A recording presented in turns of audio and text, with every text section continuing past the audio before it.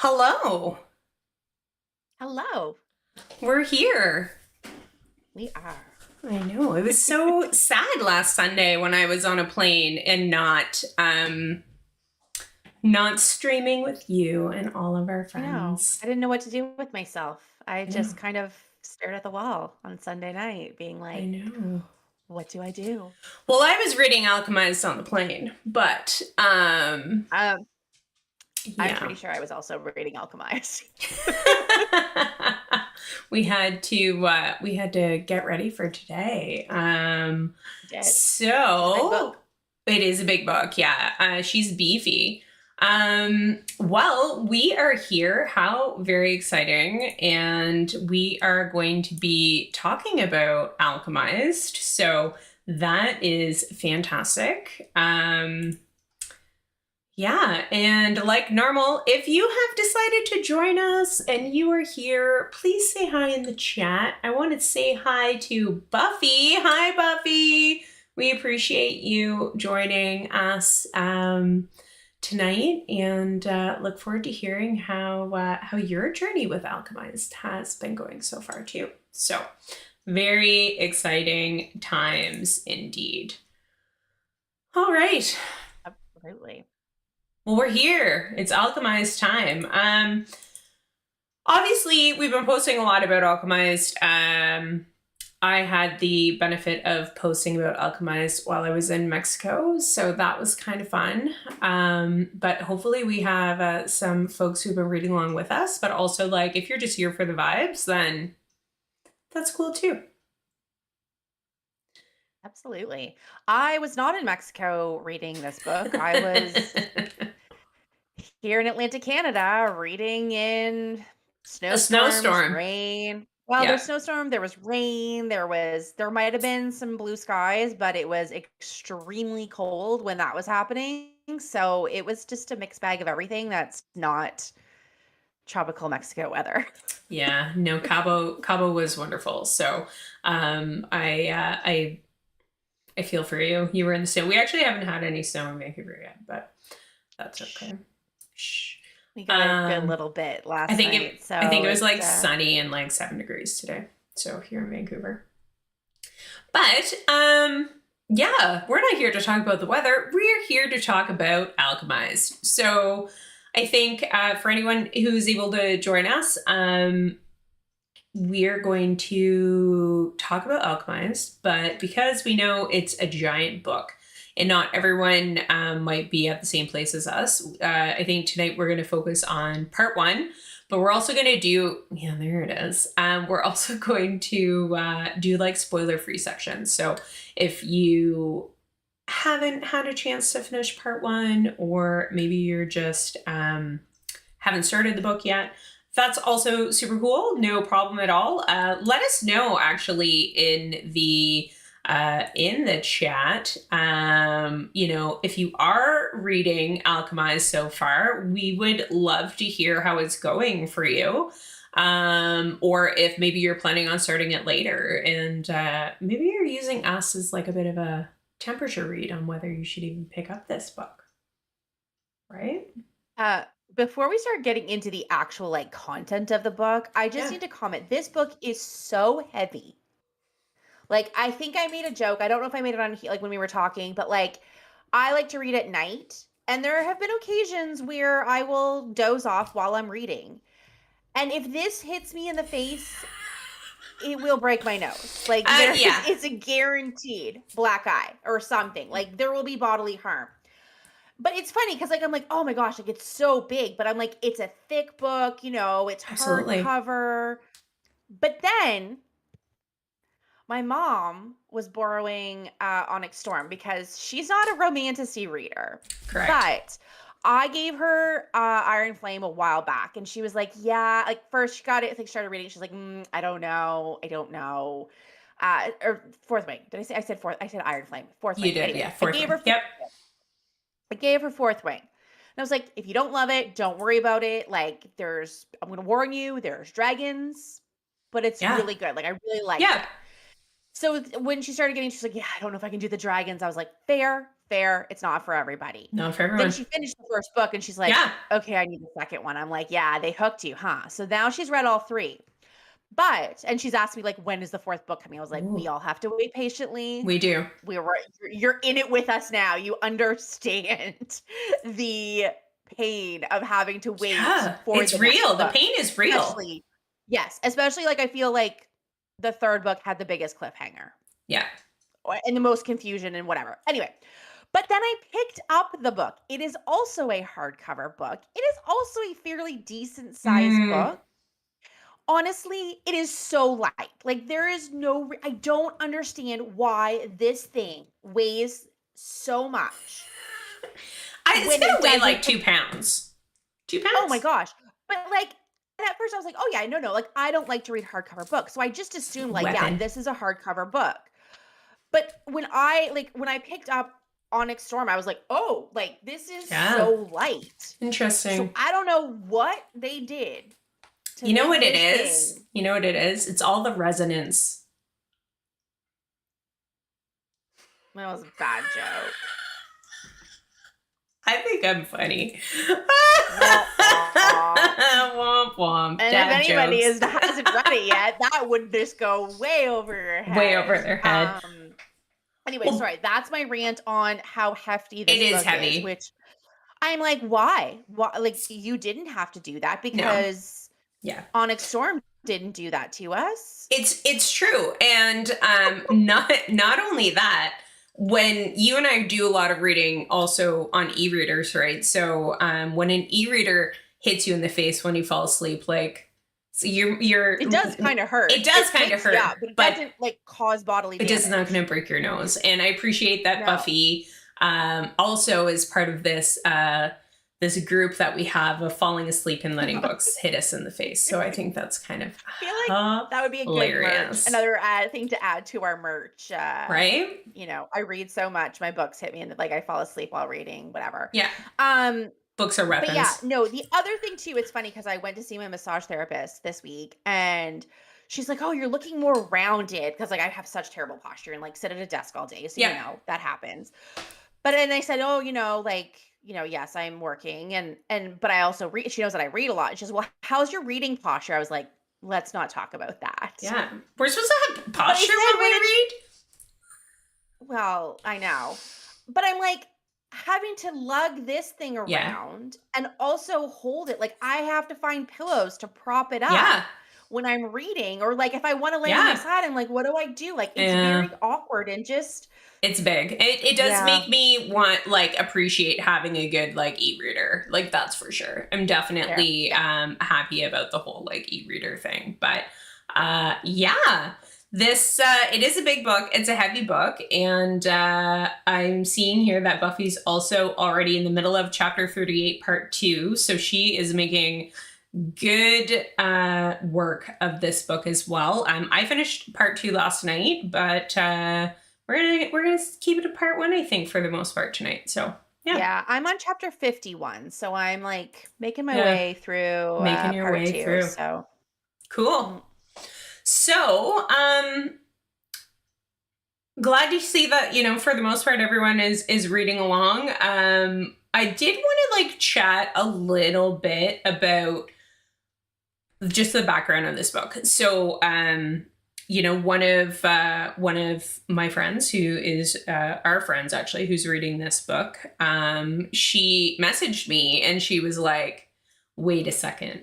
Alchemised is based off of Harry Potter fan fiction, and she had no idea. So I thought that was interesting and something that we could like bring up just briefly tonight for anyone who isn't aware of kind of like where Alchemised came from, because maybe you just have seen it all over socials and seen it, you know, in the store, but have no like context. So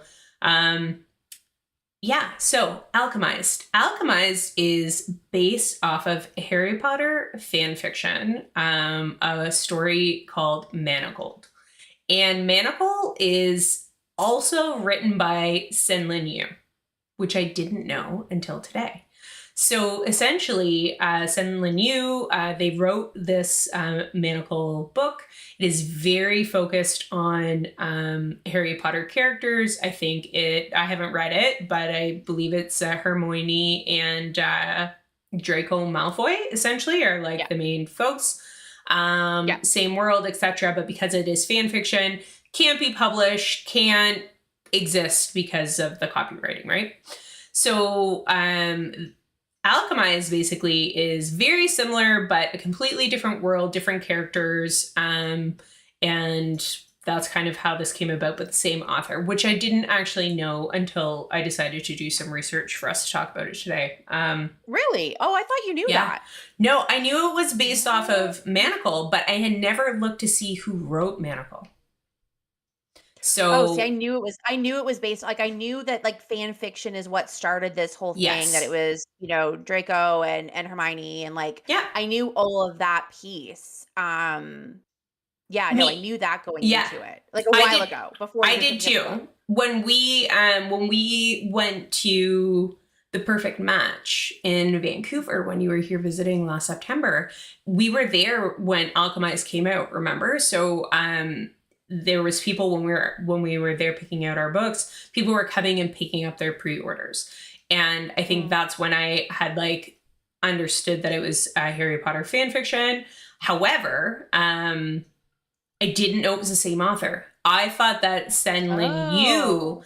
had read Manacle and was Oh, inspired no, to then okay. write fan fiction off of fan fiction. Like I had a totally different like narrative in my head Okay. about where Alchemized came from. So I was surprised about that. And then like I think it's interesting as well because from different reviews and stuff on TikTok and Instagram, pretty much everyone says like you don't need to have read Manacle to read Alchemized. So like I thought that was kind of good. Like they exist separately enough that you don't need one to understand the other.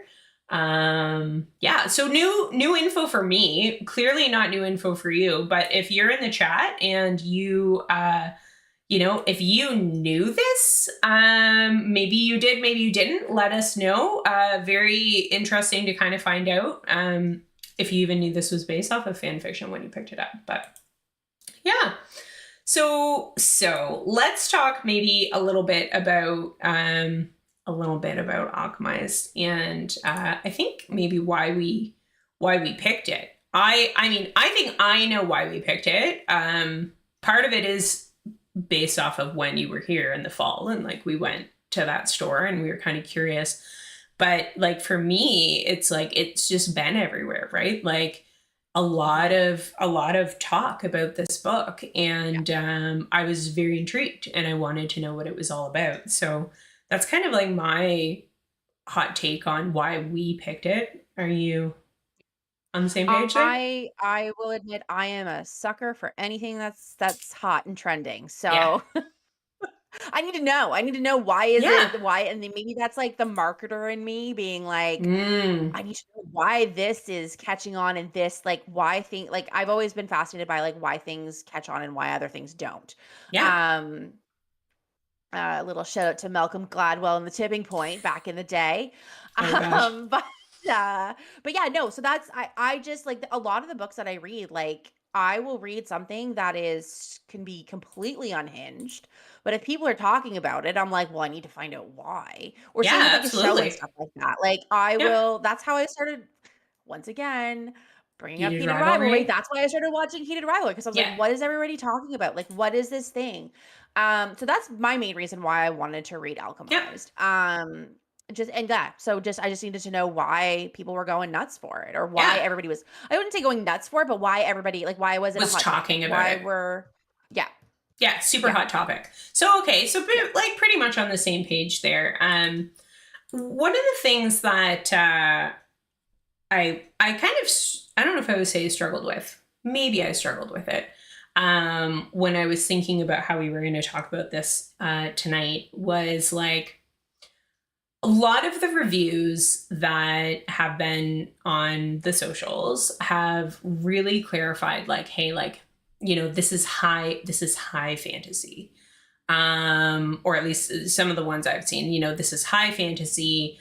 I think now some of the reviewers are trying to help clarify, like, this is not romantasy. This is not a romance, but it is high fantasy.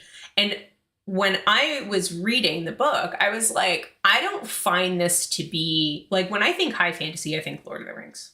I think Game of Thrones. I think like more of that. But so I did my homework today, and I Googled, you know, what characteristics make something high fantasy, and it was interesting because I now have a different opinion about some other books that I know we've both read. So, like, apparently there's like 3 main characteristics. So the first one is that it has to be in an alternate world. It does not take place on Earth. It is a completely made up world. The second characteristic is that there has to be an epic quest or some sort of world level conflict that is like taking place. And then the third one is like there's magic, or there's like dragons or creatures that are magical, mystical, you know, they don't exist, like something. So those are like the 3 things. Or do they? Or do they? Mwahaha. Who knows? Yeah, so then I was thinking about it and I was like, okay, well, that means ACOTAR is high fantasy. Yeah, but it's still romantasy. That means I would not Throne of Glass is high fantasy. Yeah, but I think you're gonna lose people. You are, and I don't think it's that's the world genre. Is so huge, right? But I think it would be in more than one genre at this point. And Throne of Glass is not as romantasy as ACOTAR.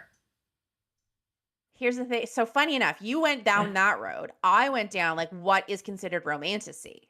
Ooh, and tell me. I'm gonna pull up my little check sheet here. Oh, I need to find it though. Because I started thinking about this. Like, what does a romantasy book? So what they said, as in ChatGPT, is romance is a main plot line, but it doesn't have to be.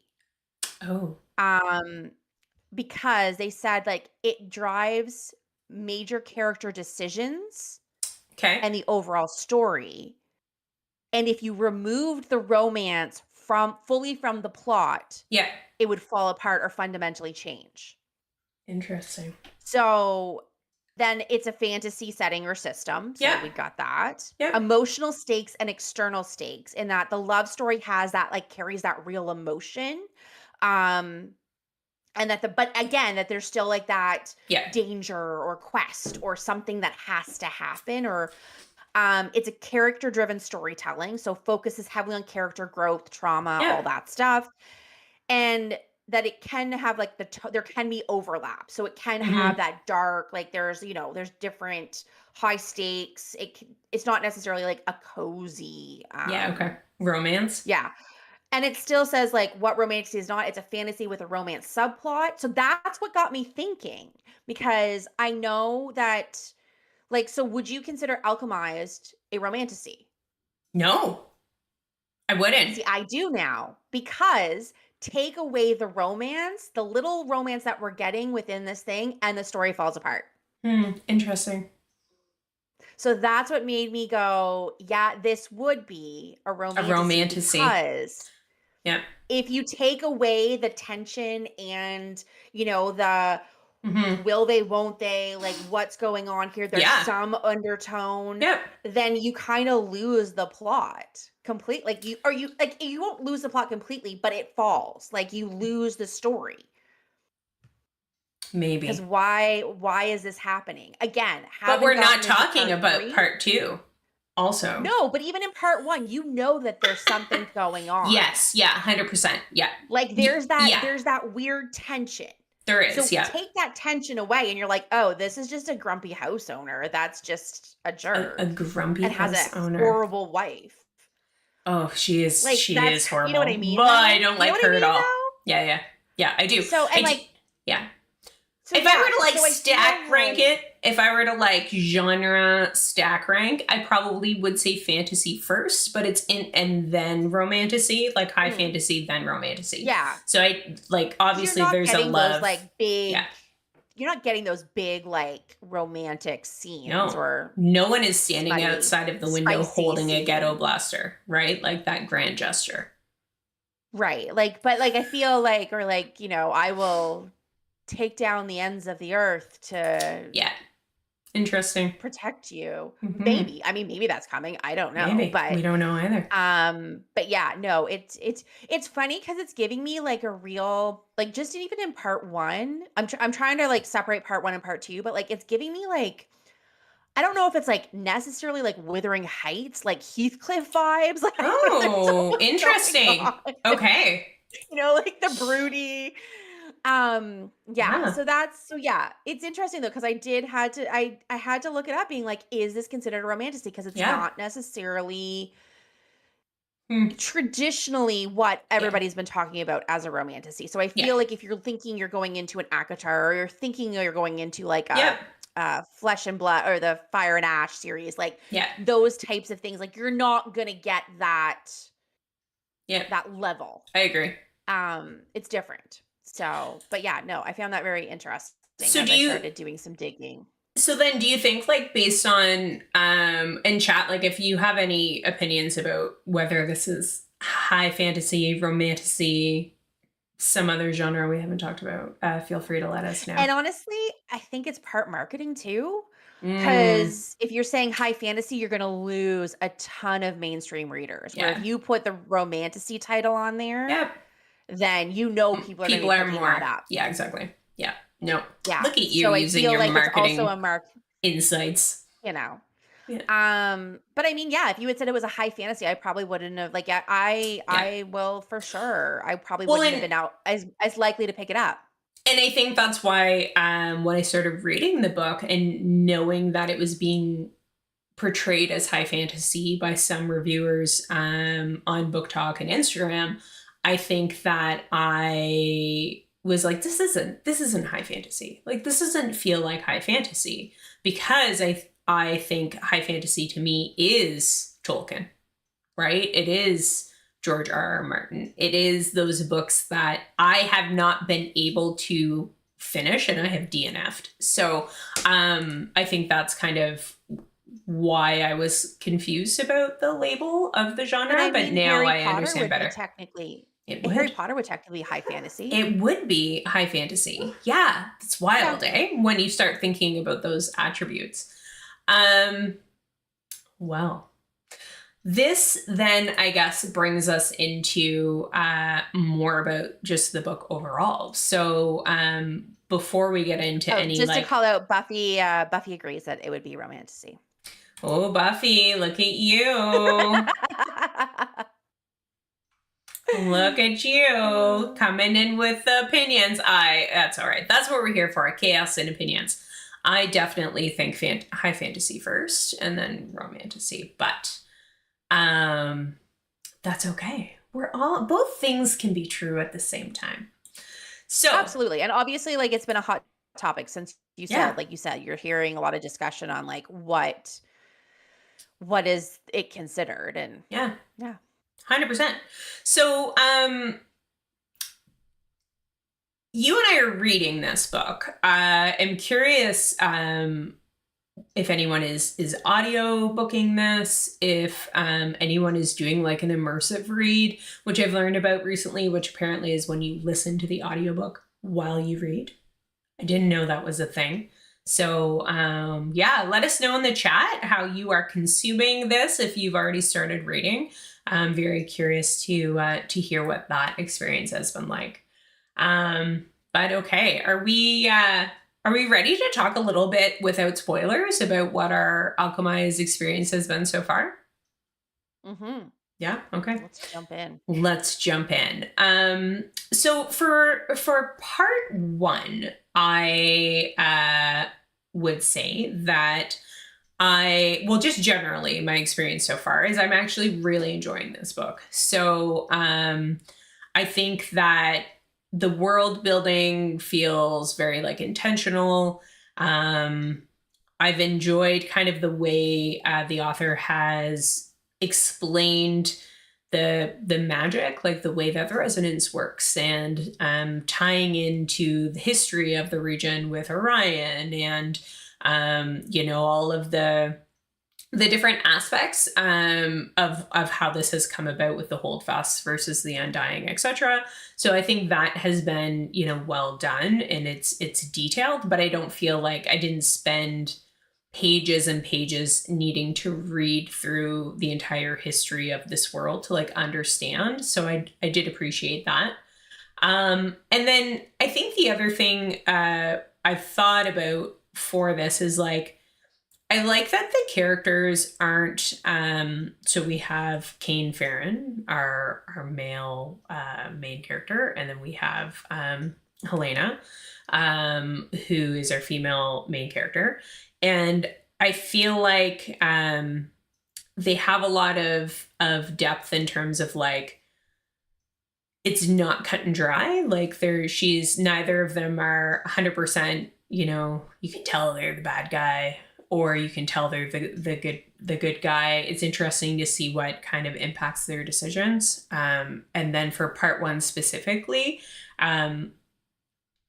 I have enjoyed kind of living in that viewpoint of like, what would it be like if you couldn't remember anything, right? And like not understanding the place that you've kind of woken up into. I think that's been well done so far. So that's kind of my like hot take. I as I mentioned earlier, I'm already done part two. I finished it last night. But yeah, I think so far I am quite enjoying the book, and I think that I can understand why there's been so much like hype about it on last fall, especially on TikTok and Instagram. Yeah. What about you, Caitlin? I'm gonna say I'm not overly enjoying this book right now. It's so funny because I feel like I'm surprised that we're so like not I wouldn't say polar opposites, but like I mean, I'm reading and it's a hefty book. It is, yeah. And I'm making my way through it. Like it's not like I would say that I'm never like, "Oh my god, I need to finish. Like I got to keep reading." I'm like, "You know what? I'm tired. I'm going to go to bed." Like there will be times that I will stay up to till like 2 a.m. in the morning. This book is not it. This book is not keeping me needing to continue to read. I'm like, Yep. I can put it away and pick it up tomorrow. So that's Yep. part of it. Um I feel like it's dragging. Like it's 1,000 pages and, like, I know part 1's, like, a decent size, it's not as big as part 2, but I just found, like, it could have been told the I would have still gotten the same story and the same element and the same level of, like, character development and, like, Mm-hmm. backstory in half the number of pages. Hmm. I found it a little bit repetitive to the point where it didn't need to be, like, it didn't add anything to it. Um so Interesting. that's what I really found like, that was my, like, overall impression where I was like, Yeah. "This could have been" like, not the version like, this could have been an email versus a meeting, but, Yeah. like, it could have been at least I think it could have been cut in half, to set the story, and I still would have walked away with the same level of information, the Hmm. same understanding of the world. Like, okay, we get it, you're afraid of I don't know if this is a spoiler, but, like, we get it. You're No, that's afraid to in go part in the one. dark places of the hallway. Like, you're Yeah, no. afraid to go Yeah. like, it's Yeah. scary in the world, and we understand you were in a, like, suspension type thing for a while. A Like, suspension. it just Ah. like it Yeah, okay. just kind of dragged for me a little bit. And Interesting. I find but to your point, like I liked the idea of her not knowing and like not, you're in it with her. Like it's very Yeah. rare that you get to be at the same kind of spot Hmm. as your main character because everything is new. She doesn't know anything. We don't know anything. Everything's new to Yeah. us. So it's kind of cool to be in that same like you're literally living the same timeline as the main character because she doesn't know anything that happened prior to Yeah. this and anything She that has no all memory. the things that have come. So I find that kind of cool. Yep. Um But yeah, I just found it was very long. Very long. The pacing works for me. Like, I Mm, find that the slow burn, and being in this, like you said, this like position with Helena of like mhm. not knowing, and then having those like moments of intensity that come through, it feels more immersive, I guess, than rushed. Yeah. So I actually have quite enjoyed that, both in part one and in part two. And I do think the author is purposely trying to like hammer us with certain things in part one so that once you get into part two, it like clicks, right? Like the things like come together. Now I'm making some Yeah. assumptions. Clearly, I'm not the author, Yeah. and like I haven't watched any interviews with the author, but that's kind of the way that it felt. I think for me, yeah, Yeah, like, I feel like and again, I haven't finished part 2, I have not read any of part 3, so yeah. maybe it all comes together, but, like, "Oh, she's going outside again. Okay. Oh, she found a paper. Okay, cool. Oh, she's going outside again. Okay." Like, it just there is just like give me Oh, that's something hilarious. more.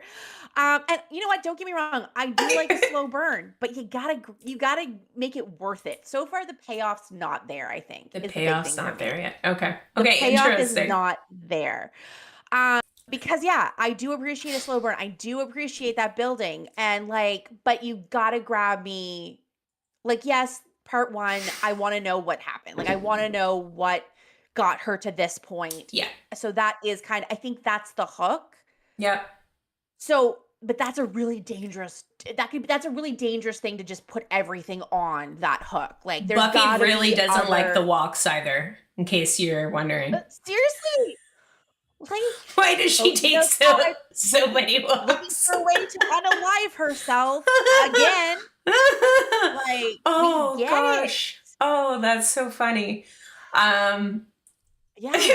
And she's audiobooking this too. So yeah. like so Hmm. yeah, so I just find that's my real big criticism about this. Like I feel like this person like the author's editor did them a disservice. Hmm. Like they were a little light on the red pen in this book. And Okay. again, I could be totally proven wrong. Yep.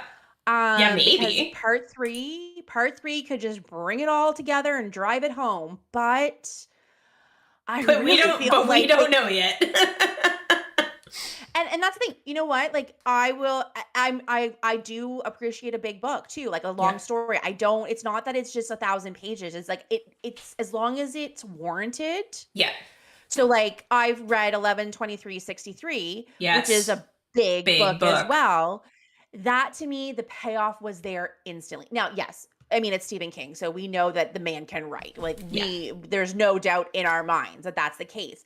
But the storytelling, it just everything felt very purposeful and very Okay. like it never felt like it was just giving me stuff to add pages. To add pages. Same with like one of my favorite books.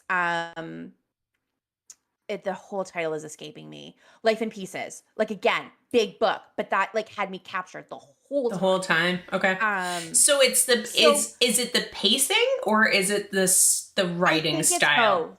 I think it's Oh, both. okay. I think it's both. I think Okay. the pacing is off for me. Like I Yep. said, not to like I'm not gonna give anything away, but like in part two, like I got to a part and I was like, oh my God, finally. Like we got a little bit of action going on and not like not the kind of action I normally talk about, but like just like something's happening. Like I'm like, something's oh, thank happening. Yeah. Okay. God. So Too that's funny. that's what I feel like this whole book is. I'm just like, okay, okay. Yep. But it just yeah. Okay. That's my biggest criticism. Or like kind of what's throwing me off on this book and not making me like Yeah.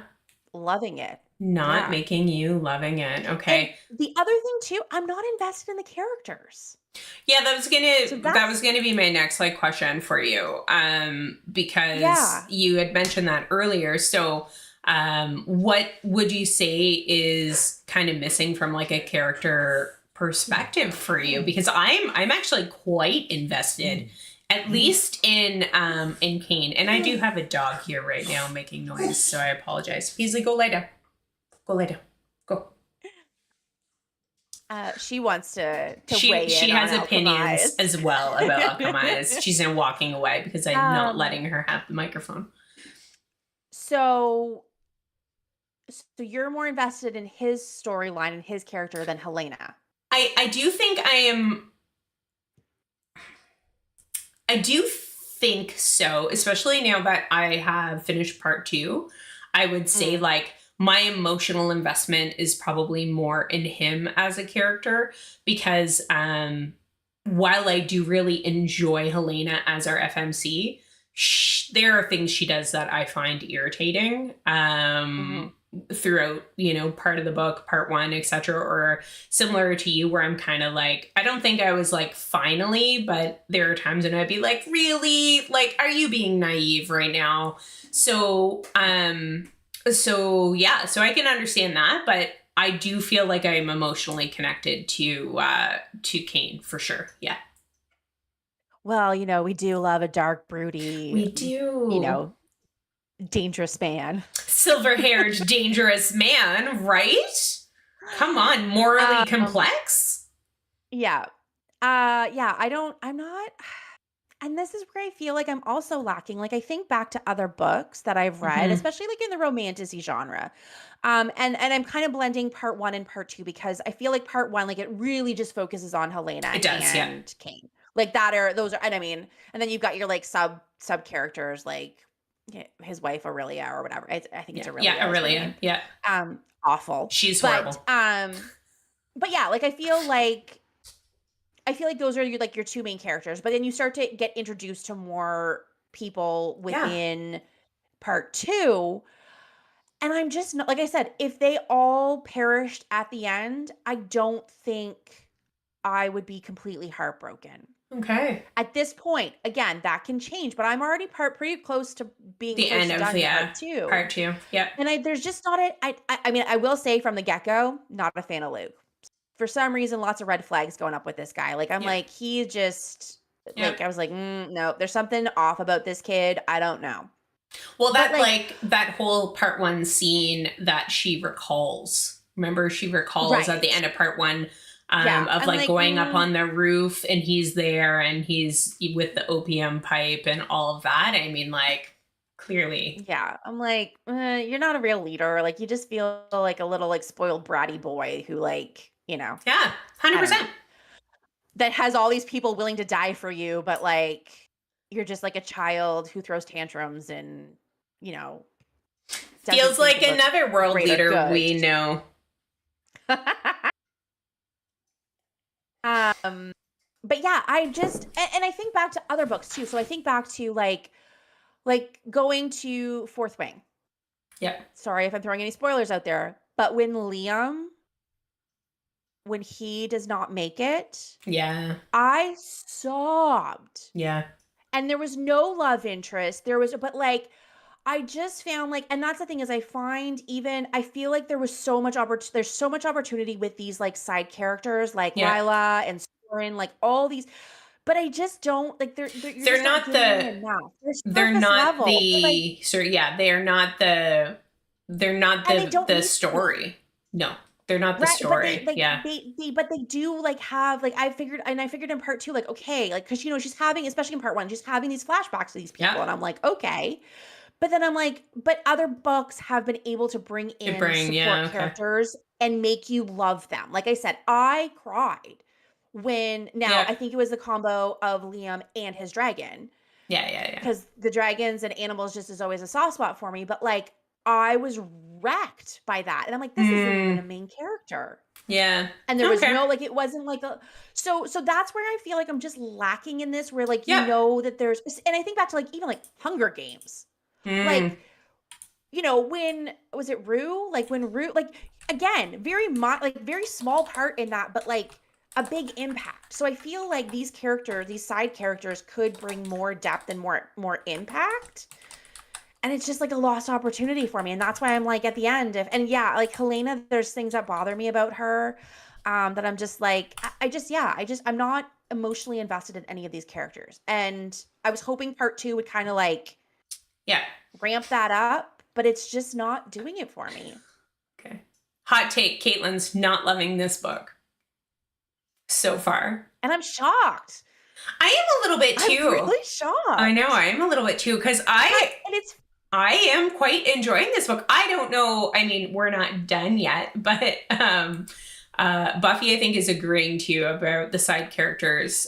She's using a lot of exclamation marks in the chat, but like, I think that I totally understand your perspective. Like everything that you're saying, it rings true for me. Like I can understand where you're coming from. It's just I'm having a very different read than you are. And it's not because I'm emotionally invested in the side characters or like I just don't know what it is, but like I actually have had nights where I'm like, actually no, I need to go to bed. Like I'm gonna take a break. Or like, I can't wait to read Alchemised today and like see what's happening. So there's something just about the way like the world building is. Like I like all of the play off of, you know, control and power and like institutions, right? I think like that clearly is something I identify with, while it is not like a true social commentary because we know it's like fan fiction based off of Harry Potter, but like there's just something about that. And like I just love a female main character who's like, fuck the patriarchy, like fuck the bad guys. Like is she though? Well, I don't think she is. I'm not getting that vibe no. of Elena. That's what's bothering me. I think because I'm waiting for that moment of like like a redemption moment. Redemption and like moment. Again, haven't finished the book, but I'm like, no, she's only doing all this because of Luke, because of a boy. Oh, I don't get that at all. Oh yeah, she's only in it because of her best friend Luke. She's no.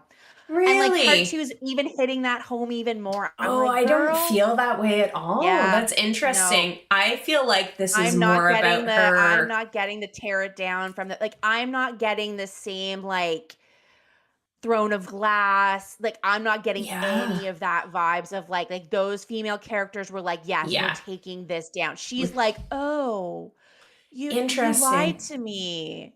Oh, I was naive and stupid, and now I'm starting to get it. Little old me can't. She definitely does have some naive moments, but I think the way I'm like interpreting her motivators is more about her value system and the commitments that she made.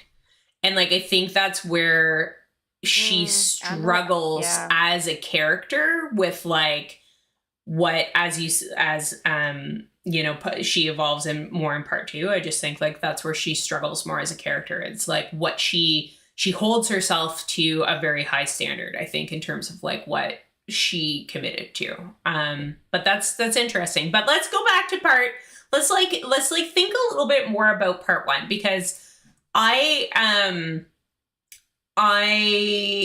have a couple thoughts, and the way that I've kind of been I know we've talked about like doing is it called annotation? And what is it that we've annotating in books? Annotation of a book. Yeah. So I think marking up books is sacrilegious. So I have been keeping like voice notes like on like when something happens in the book. And I think that when I was going back and you know, for part 1 specifically, being like, okay, like what were my like thoughts about this? I was really like reminded of, I think part 1 is very like sci-fi for me, like very like that stasis tank, right? Like that just made me think of like, I don't know, Star Trek or like Alien, like some like actually very like sci-fi like content, right? Because you don't see a lot of like stasis tanks and like fantasy. But the whole like when she went to, oh, we're gonna have spoilers now, everybody. We should probably say that there is now going to be spoilers. But like when she ends up going to Spirefell, right, which is Kane Farron's like family estate, um, and she's there, and then we have the is it Mandel? We have the woman that comes in and is like treating her, and then we have the whole thing with Aurelia only giving her red clothes. Like it totally made me think about The Handmaid's Tale. Oh yeah. Like that whole breeding program aspect, once again like a system of control over bodily autonomy, and like that 100% part one, that's what it made me think of, like a sci-fi um dystopian world. Dystopian. And she, she doesn't remember. So yeah, the walks I will agree, I don't love the parts about the walks, but I think there's enough other things that have kept me like intrigued in part one. Specifically the weird like Lancaster guy who shows up, right? And then how she's kind of like spying around the house, and the whole dynamic between her and the horrible wife, Aurelia. Yeah.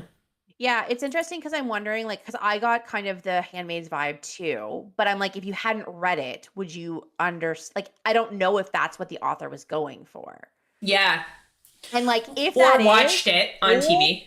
like bold move, because paralleling anything that Margaret Atwood has done, like Yeah. that woman knows what she's doing and is so calculated. Yeah. So I'm interested to see how that plays in, because if it doesn't have a huge part in it, I don't know. Like, yeah, is I it don't know more how it'll just show up. being like controversial? You know what I mean? Because Mm-hmm. that whole breeding program, like what Yeah. comes from it, again, that's some of the feedback that I've heard, like that I've read online about this book, is that like there are some really difficult things, and like, is it necessary? Mm-hmm. Is it being just kind of controversial for the sake of being Yeah. controversial? Which, I mean, So again, there's a lot of things out there that you could ask, like could go about that, yeah. um, One thing though but yeah, I no, want it's to really say interesting. about the controversy is when I was reading part one, because also, there's like trigger warnings, right? Like because there are things that happen in part one Yeah. that are, there's SA, there's, forced breeding program participation, there's like torture and like these things that are happening. And as I was reading this book and seeing some of those reviews, I actually read it and I was like, this is not that bad. No, Like, I've read worse. yeah. So I was surprised at how much, unless people are just being extra cautious when they talk about books, or like they do a review, so that people are like, hey, you just need to know in case this is a trigger for you. And maybe I'm just not that sensitive. Like, I'm not sure. And maybe that's it, is that like, if there's no, like, if they're just throwing in there for like a sensationalized type, like, Yeah. oh, let's have some trigger warnings because that's what people do, like, then that could be like, that would kind of irk me. Yeah. But yeah, Because no, I there didn't wasn't find it anything in that here that bad. I'm like, oh my god. But like, I mean, like in theory, it's awful. You're just like, but like, Handmaids was way worse, Exactly. like And the I show actually and the book. and the book. I actually had that discussion with my brother-in-law over text, because he was like, "Oh, like I saw you reading Alchemized, and like I heard it's a little bit this and this," and I was like, "You know what? Like it's not that bad. It really, honestly, Mm, compared to him." And I actually referenced, like, if anyone had read or watched The Handmaid's Tale, this is light in terms of like yeah. trigger warnings, right? So yeah, and Buffy's on the same page as us, so like 100% Yeah. stuff that happens in part one is not that bad the way it's described. So I was And surprised. it's um fantasy, it whereas is Handmaids is not is fantasy. not Like, Handmaids fantasy. could It could. happen, like, but so yeah, but I think the things that are terrifying could Yeah. actually happen. It With is this, still you're early sort of in going like, okay, 2026. Let's see how the fair. year wraps up. But yeah, so I think that that's part of it. It's funny that you mentioned the whole like stasis type thing. Because I read last year, Blake Crouch's Wayward Pine Yeah. series. There's 3 books in it, and that is all about, and it's funny because it is all about like there's that whole like they're in stasis and all this Yeah. stuff, and like, and it does, and I didn't realize it was a sci-fi book, but it ends up being a sci-fi book. Really, really good. I loved all three books. So I do enjoy that type of, and again, doesn't know what's going on, like all Yeah. this stuff. There's some big twists and turns, but it captured me right away. So I am into that Mm, kind of, sci-fi. I can be on board with some things. yeah. Um, but So yeah, no, it's did you interesting. have any moments in part one, and like chat, let us know if you did either, in part one where you were kind of like, I don't know, where you had like a visceral reaction or like an emotional reaction to anything that happened? I know mine. Well, tell us, Caitlin. I don't uh the description of the high necromancer. Really? That I'm bothered you? discovering I'm discovering I do not like things that involve eyeballs. Wait, but So like the high he has no necromancer eyes. has no eyes. He Okay. has no eyes. He has crevices where his eyes should be, and that is So it's terrifying. not the weird like bone like body pieces That that was didn't bother you? gross. That's gross. But like Yeah, the it is first, like gross. when you hear about the first description of him, I was like, Yeah. oh no, like Interesting. gross. I also think back to what was there's a movie, is it Pan's Labyrinth? Oh, that's a great movie. Oh no, it terrified me. The whole Benicio del dinner scene, Toro the is it Pan's or Labyrinth then? Guillermo del Toro. I don't remember him being okay. Maybe it's not Pan's Labyrinth. But there's a scene in this movie, I'm gonna look, Okay. where they're sitting at the table, like there's a big dinner table set up. Okay. Do you know This what is I'm talking definitely about? not Pan's Labyrinth. I don't think there's a dinner Okay, scene I'm in gonna have Pan's Labyrinth. But thought it was. there's an No. eyeball thing that Um, happens. yes, no, it is Pan's Labyrinth. Oh, is it? Okay. Oh I yeah. haven't. So they Okay. come and there's this whole dinner table all set Yeah. and everybody's frozen at it. And then there's this gross creature that has no eyeballs. And when they touch the food, it brings the thing to life and it picks eyeballs up off the table And and puts them in puts its it in its eyeball? hands and does this. And the eyeballs are in its hands. And it like I watched this as an adult and it still haunts me to this day. um, Um, so yeah, okay, so eyeball so like so the fact that the high necromancer has no eyes, really I was like, nope, don't like that. Don't okay, like that at all. so that's interesting. And Buffy also thinks this is gross. So I was not grossed out by the high necromancer's lack of eyeballs. I was grossed out by the description of the high necromancer when, like Moro, when is talking about like how gross, like that there's like parts of Necrothal's and like his throne, and like Mm. that part was gross. But for me, the gross part is when Aurelia is torturing Helena. Oh, the eyeball. Again, the eyeball. So, yes. Yeah, there's a lot of eyeballs in There's a this, and I just lot of don't. I eyeballs. realize I don't like eyeball stuff. So it is on page 221, Okay, in case got you're my wondering. brick of a book here over here. 221. Okay. 221. And it says here, Aurelia pressed the tip of one of her ring spikes against the outer corner of Helena's left eye, Yeah. digging the tip back into the socket. She smiled, eyes alight with malice. I hope I'm there when Cain sees you next. Even if he kills me, the satisfaction of this will be worth it. Yeah, So, she's awful. oh, she's But yeah, absolutely like horrendous. But this scene for me was one of the scenes where I had like, um, no eyes are hiding up by the drapes. It's true. This was one of the scenes where like I read this and like this was disgusting. So like this was yeah, my like visceral like reaction, I think, in part one, where I was like, ugh, oh my goodness. Like yeah. this bothered me more than the high necromancer like scene, right? Well, Because you again, could just it's like, eyes. well, and you could like I think. envision, her taking her ring and turning it into a long spike and Yeah. like just something in there. Anyway, so that was my like visceral like reaction to part And one. again, I think more and more people, like, I think eyeballs are a common thing that make people squeamish. Well, Because and this I've is why you noticed a didn't lot get of, LASIK eye surgery. yeah, well, no, that's part of it. But like, I mean, I'm a contact wearer, so I have my finger in my eyeball all the time. Like that doesn't bother me. Thanks for So it's joining just us, like, Buffy. Sorry you have to yeah, go back thanks, to work. Buffy.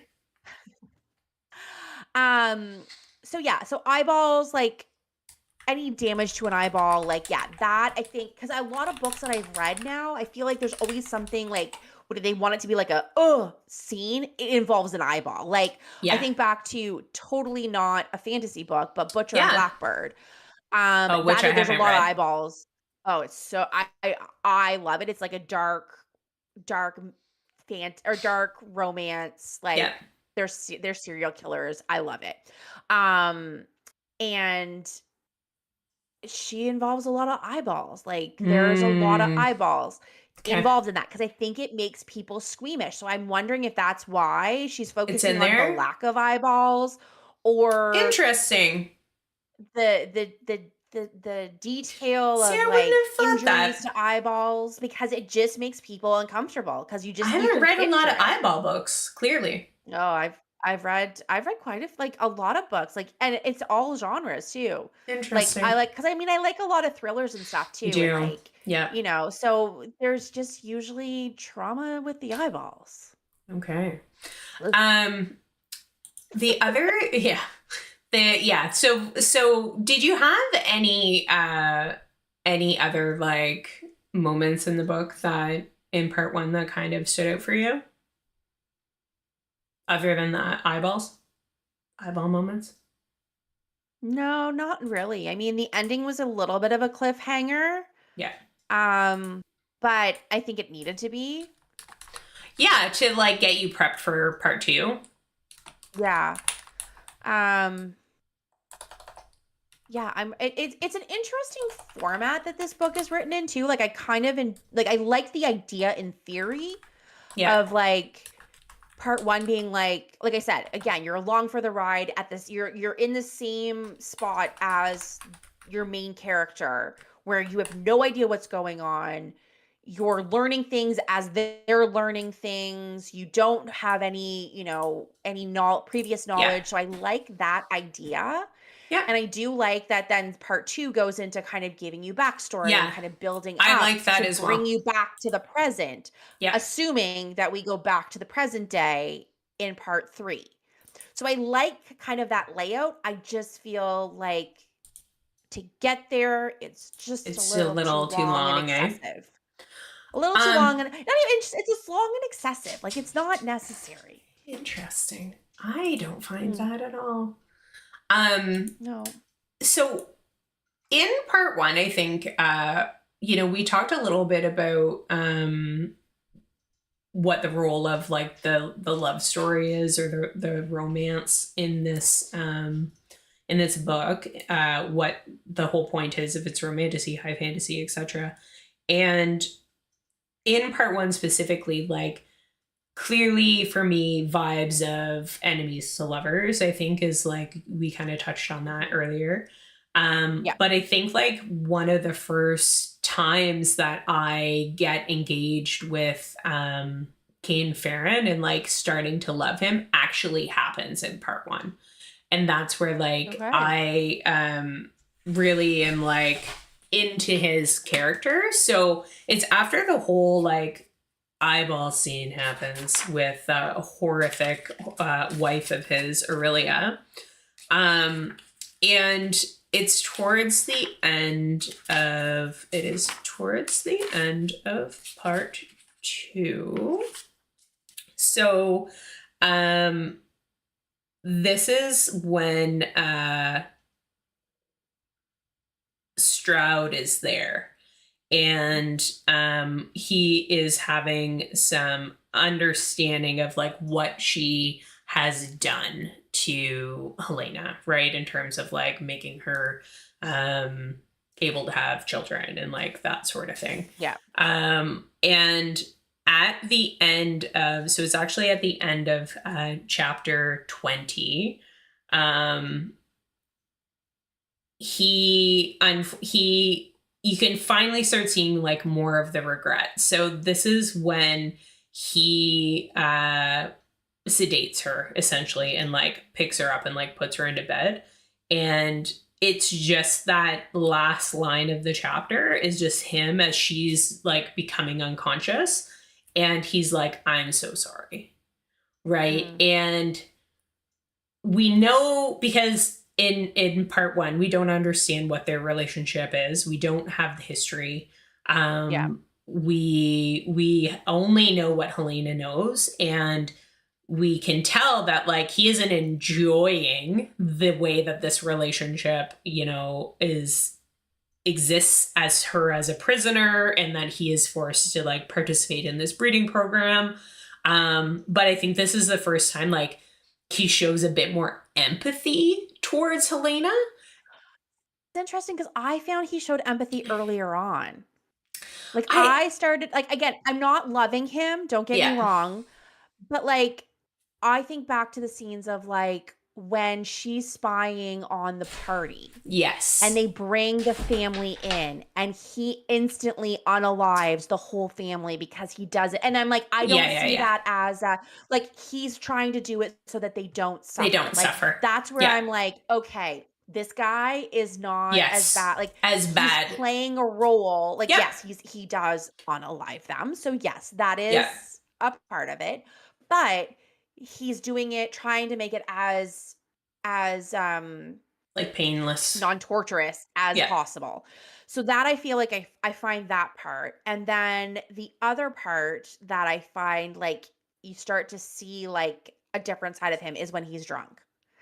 And he's like, and his passion comes out where he's like, you know, that's where I'm like, okay, you're seeing the real side of him. You know, he's slightly inebriated, so he's not in his full right mind. So like his mask slips. So I feel like there's certain instances, and yes, absolutely, like in that whole section where they're like becoming involved in this whole breeding program against both of their wills. Again, you see the mask slip. So I feel like there are certain parts, but I would say the first one for me was the unaliving of the family. Was the unaliving of the family. Also, like when he's starting to realize there's certain things that he thought were happening to keep her care and that weren't happening. Because his wife is just a raging, jealous, adultering bitch.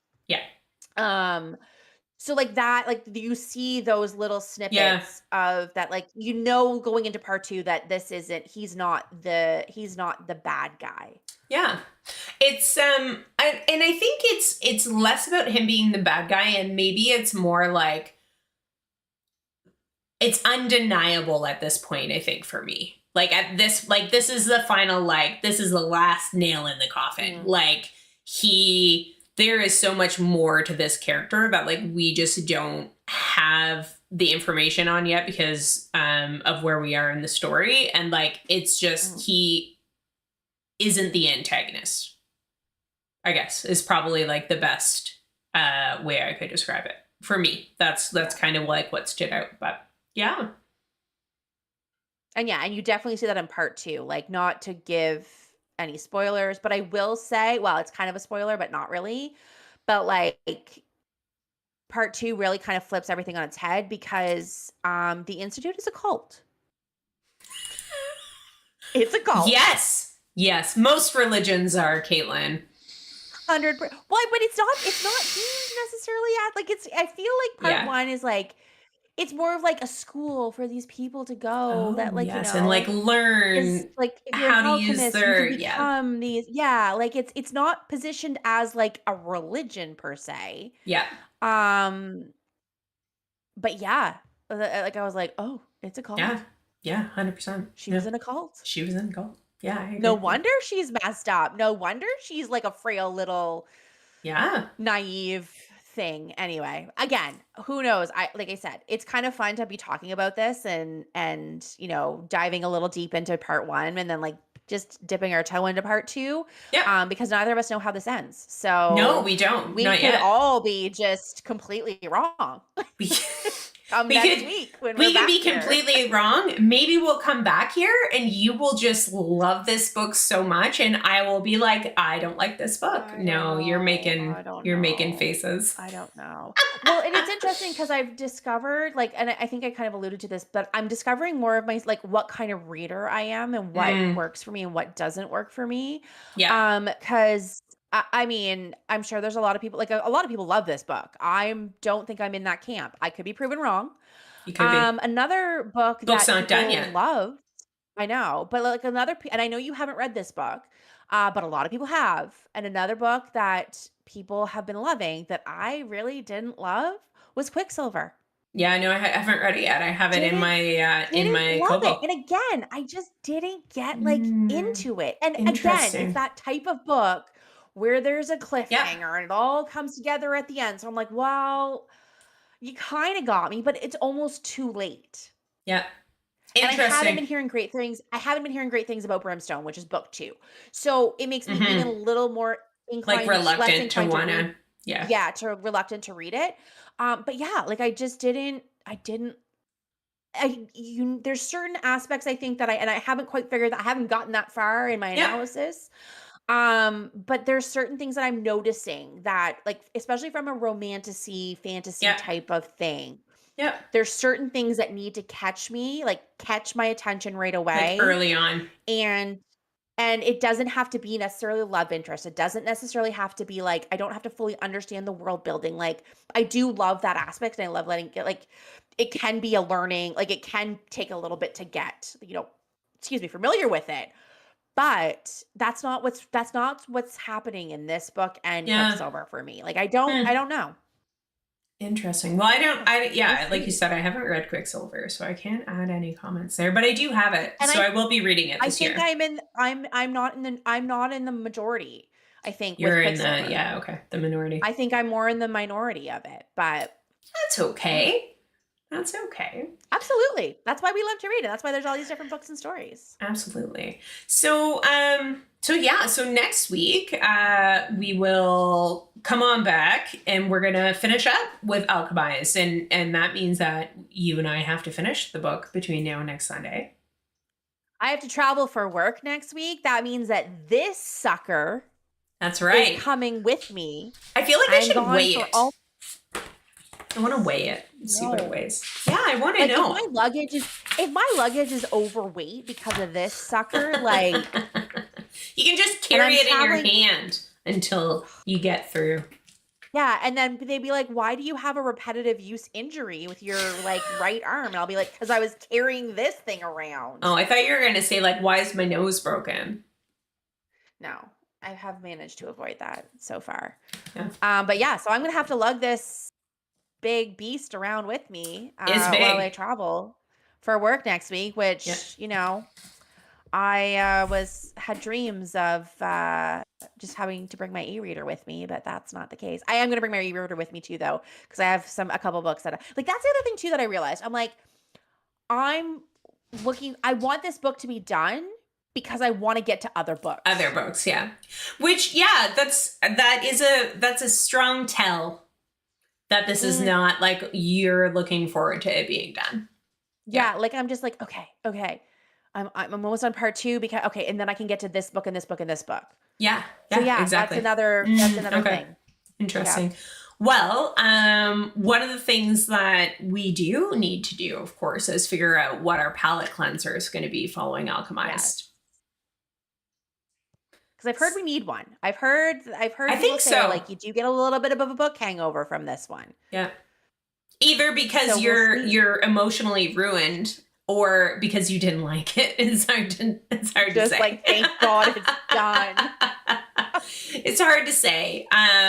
But yeah, so I don't know. so we're going to take recommendations on what to potentially read or what genre we should go in. So anyone who has an opinion, like feel free to pop onto Instagram or TikTok and let us know, and we'll figure something out. We'll talk more about that next week We'll too. be But trying to figure out what our next book will be, and we will definitely be looking for some opinions on the socials, because absolutely, no better place to get book recos than from the socials. I agree. All right, well, it's been a blast, Caitlin. As always. And thanks, Chat, for joining us tonight. I'm still thrown by the fact that we have such varying different opinions on this, and like I feel like we flipped the script this week. We did, yeah, we did flip the script. That's okay. That's okay. That's what makes things interesting. Absolutely, I know. Awesome. I know. I love All it. right. Well, until next time. See ya. Bye.